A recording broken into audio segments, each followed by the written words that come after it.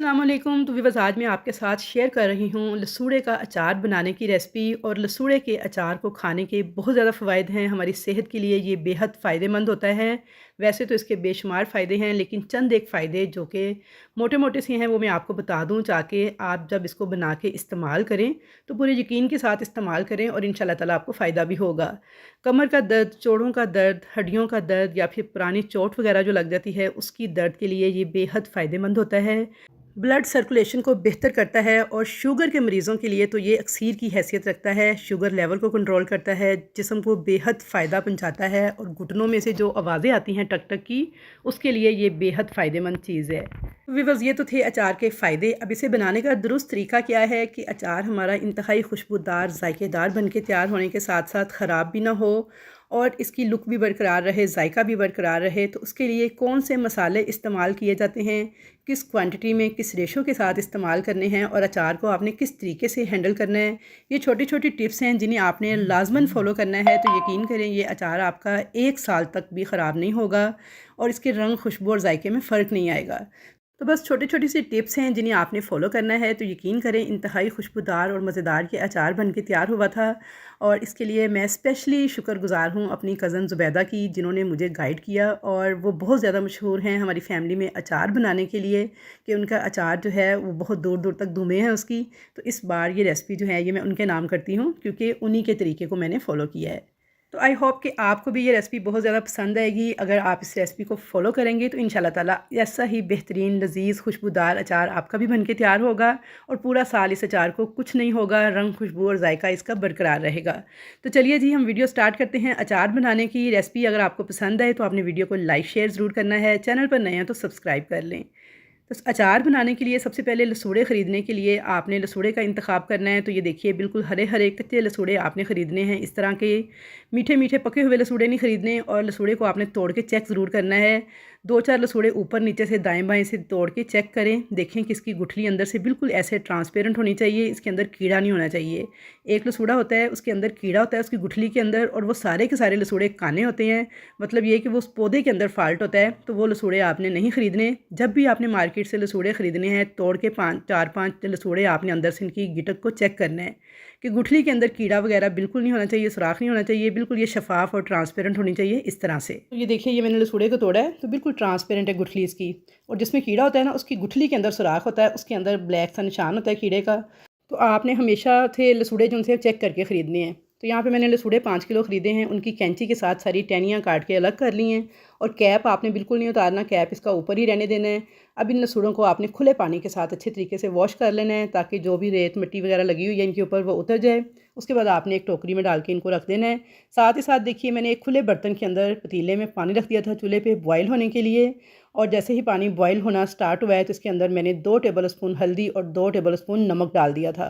तेज़ उबलते पानी के अंदर आपने ये जो लसूड़े धो के रखे हुए थे इनको डाल देना है। और उसके बाद जैसे ही आप लसूड़े डालेंगे, पानी का टेम्परेचर थोड़ा डाउन हो जाएगा और इसमें उबाल आना बंद हो जाएंगे। लेकिन आपने इसके पास ही खड़े रहना है। तो 3 से 4 मिनट लगते हैं हाई फ्लेम पे। तो ये देखिए, दोबारा से लसूड़ों में उबाल आना स्टार्ट हो गए हैं। तो सिर्फ 1 से 2 उबाल ही आपने दिलाने हैं इनको हाई फ्लेम पे तेज़ उबाल आने के बाद। और 1 से 2 उबाल आने के बाद इसे जब चेक कर रही हूँ ना मैं, तो देखिए मुझे हल्के से ये सॉफ्ट फील हो रहे हैं। बहुत ज़्यादा सॉफ्ट नहीं करने के हलवा बन जाए, बस हल्का सा। जब मैं इनको उंगली से प्रेस कर रही हूँ तो मुझे लग रहा है ये पहले से सॉफ्ट हो गए हैं, जबकि जब ये कच्चे थे बहुत ज़्यादा हार्ड थे। अब इनको आपने फ़ौरन से निकाल लेना है। निकालने के बाद आपने इनको एक स्ट्रेनर में डाल के रख देना है। और साथ ही आपने एक चारपाई के ऊपर कपड़ा बिछा लेना है सूती, और उसके ऊपर इनको इस तरह से बखेर देना है, ताकि इनका कुकिंग प्रोसेस जो है फ़ौरन से स्टॉप हो जाए। और इनको आपने हवा लगवानी है, पंखा चला देना है और पंखे के नीचे आपने इनको छोड़ देना है 5 से 6 घंटे के लिए, ताकि इनका जो पानी वगैरह है ना बिल्कुल ड्राई हो जाए। अच्छा, यहाँ पे तकरीबन आधा घंटा हो गया था, इनको मैंने चारपाई के ऊपर बिखेरा हुआ था। तो आपने आधे घंटे के बाद ना इसे इस तरह से इसके ऊपर से ये जो कैप्स हैं ये सारे उतार देने हैं। जब इसे आप आधे घंटे के बाद उतारेंगे ना तो ये फ़ौरन से उतरते जाएंगे आराम से। जब ये बिल्कुल ड्राई हो जाते हैं ना, फिर इनको उतारना थोड़ा मुश्किल हो जाता है। लेकिन आपने हल्के हल्के अभी गर्म ही थे तो मैंने इनको उतारना स्टार्ट कर दिया था कैप्स को, तो ईज़िली ये उतर रहे थे। लेकिन जब आप इनको बहुत ज़्यादा देर तक ड्राई करने के बाद उतारेंगे तो फिर कैप थोड़े मुश्किल से उतरते हैं, तो इसलिए कोशिश ये करें कि आप कैप जो उनसे हैं ये 10-15 मिनट के बाद उतार लें और उसके बाद आप लसूड़ों को ड्राई होने दें। 5 से 6 घंटे पंखा चला दें इनके ऊपर। तो यहाँ पे मैंने सारे लसूड़ों के कैप उतार दिए थे और मैंने इनको रात भर के लिए छोड़ दिया था इसी तरह से पंखा चला के। और यहाँ पे मैं आपको सुबह के टाइम दिखा रही हूँ, तो ये देखिए लसूड़े बिल्कुल ड्राई हो चुके हैं। हाथ में देखिए मैंने इनको पकड़ा हुआ है, किसी किस्म की नमी इनके ऊपर नहीं है। तो बस इतना आपने इनको ड्राई कर लेना है। और अब हम बनाना शुरू करते हैं जी इनका अचार। अचार बनाने के लिए आपने एक खुली परात ले लेनी है, उसके अंदर डालने हैं कुछ साबुत गरम मसाले। तो यहाँ पे देखिए जी, साबुत गरम मसालों के अंदर मेरे पास 2 बादियान के फूल हैं, 4 से 5 सब्ज़ इलायचियाँ हैं, 8 से 10 लौंग हैं, 3 बड़ी इलायचियाँ, 2 दालचीनी की स्टिक्स, 1 टीस्पून काली साबुत मिर्चें हैं, 1 टेबल स्पून साबुत सफ़ेद ज़ीरा और 1 टेबल स्पून साबुत धनिया है।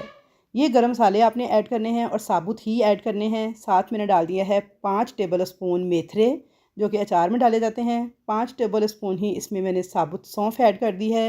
1.5 खाने का चम्मच मैंने इसके अंदर कलवंजी ऐड कर दी है। अच्छा, यहाँ पे मैंने चावल खाने वाला चम्मच इस्तेमाल किया है, जिसके साथ मैंने मेजरमेंट की है, तो मैं आपको दिखा दूँ। ये देखिए, ये वाला जो स्टील का चावल खाने वाला चम्मच होता है, इसके साथ आपने मेजरमेंट कर लेनी है मसालों की। अब इसके अंदर डाल देंगे कुछ स्पाइसेस। तो देखिए यहाँ पे मैंने 1 टेबल स्पून भर के लाल मिर्च पाउडर का ऐड कर दिया है और 1.5 टेबल स्पून मैंने कुटी हुई लाल मिर्च ऐड की है।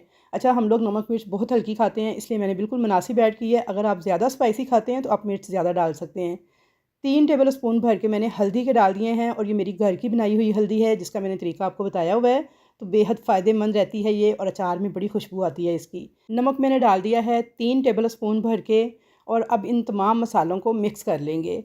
यहाँ पे अच्छी तरह से इनकी मिक्सिंग करनी है। अच्छा, कुछ लोग मसालों को थोड़ा सा दरदरा सा ग्राइंड करके डालते हैं, मैं भी पहले ऐसे ही डालती थी, लेकिन जिन्होंने मुझे ये रेसिपी दी थी उनका कहना था कि आपने मसालों को बिल्कुल भी ग्राइंड नहीं करना। साबुत गरम मसाले भी आपने इसी तरह ऐड करने हैं और ये वाले मसाले भी आपने इसी तरह से ऐड करने हैं, तो ज़्यादा मज़ेदार अचार बनता है। तो लिहाजा रेसिपी को मुकम्मल फ़ॉलो करते हुए मैंने किसी मसाले को बिल्कुल भी ग्राइंड नहीं किया, बस अच्छी तरह से मिक्सिंग की है। और अब 1.5 कप सरसों का तेल जो है वो आपने इसके अंदर ऐड कर देना है। तो मैं 1 कप पहले डालूँगी, मिक्स करूँगी और आधा कप इसका बाद में डालूँगी।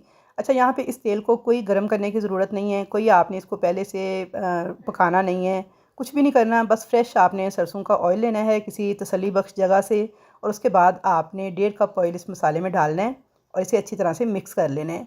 तो यहाँ पे देखिए, मिक्सिंग करने के बाद ये मसाले जो हैं अचार के तेल के साथ एक पेस्ट की शक्ल इख्तियार कर गए। ये देखिए इस तरह से।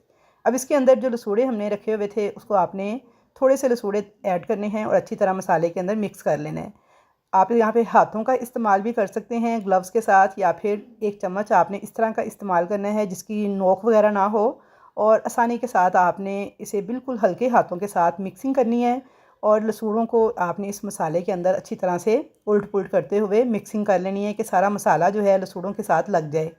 इन लसूड़ों को हम डाल देंगे उस बाल्टी के अंदर जिसके अंदर हमने अचार डालना है। तो यहाँ पे आपने बस चम्मच के साथ इस तरह से लसूड़ों को ऊपर ऊपर से उठाना है और बाल्टी में डालते जाना है। मसाला नहीं नीचे से उठाना आपने, बस जो मसाला लसूड़ों को लग चुका है वो आपने बस साथ साथ उठाते जाना है और इस तरह से लसूड़ों को आपने बाल्टी में ट्रांसफ़र कर लेना है। अब जो बाकी मसाला बच गया है इसके अंदर आपने आधे लसूड़े और ऐड कर देने हैं और इनको भी आपने इसी तरह चम्मच के साथ हल्के हाथों के साथ मिक्सिंग करनी है। मकसद ये है कि ये सारा मसाला जो है ये लसूड़ों के साथ अच्छी तरह से लेप हो जाए। तो यहाँ पे जो नोट करने वाली बात है ना, जिसके लिए देखिए मैंने वीडियो की स्पीड बिल्कुल नॉर्मल कर दी है, वो ये है कि अब मिक्सिंग देखें मैं कितने हल्के हाथों से कर रही हूँ। बिल्कुल हल्के हाथों के साथ, चम्मच देखें मेरा गोल वाला आगे से, और बिल्कुल भी ऐसा नहीं है कि वो लसूड़ों के साथ लगे, लसूड़ों को तोड़े या ख़राब करे। तो बिल्कुल हल्के हाथों के साथ ना आपने इस तरह से मसाले के साथ लसूड़ों को कोट कर लेना है और तेज़ तेज़ नहीं चमचे चलाने के, बिल्कुल लसूड़े के अंदर से आपने हलवा नहीं बना देने।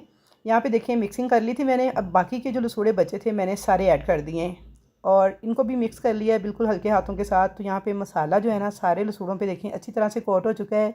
अब जो बाल्टी के अंदर लसूड़े डाले थे ना उनको भी मैंने सारा डाल दिया है इसी परात के अंदर।